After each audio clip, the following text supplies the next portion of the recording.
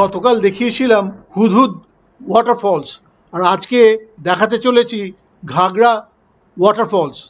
এই ঘাগরা নামটা এসছে গাগরা বা ঘড়া থেকে।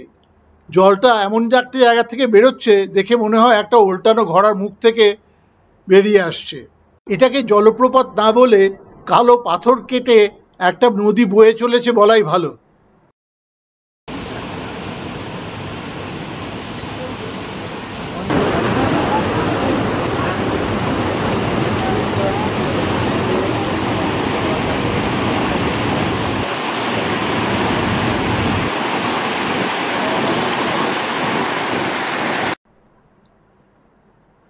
এই ওয়াটারফলসটাও ঝাড়গ্রামের বেলপাহাড়িতে।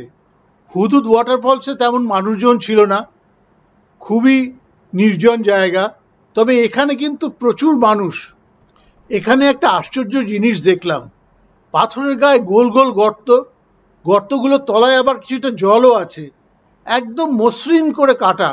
কি করে এগুলো হয়েছে এটা নিশ্চয়ই কোনো জিওলজিস্ট বলতে পারবে, আমার দ্বারা বলা সম্ভব নয়। ঘাগরা জলপ্রপাতের অপর পারের দৃশ্য ভারী সুন্দর।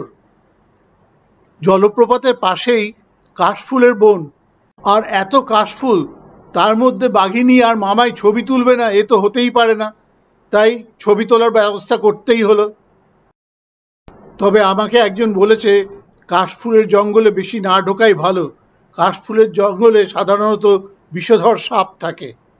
এই ছবি তুলে যখন ফিরে আসছি তখন একটা অদ্ভুত দৃশ্য চোখে পড়ল।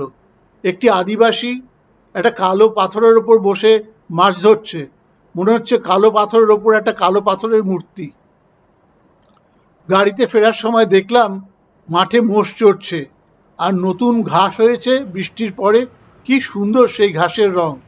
আর দেখলাম চড়ুই পাখি স্নান করছে, তার ভিডিও করছিলাম। আর চড়ুই পাখিগুলো স্নান করতে করতে হঠাৎ আমার দিকে তাকিয়ে পাপারাজ্জি পাপারাজ্জি বলে উড়ে পালালো।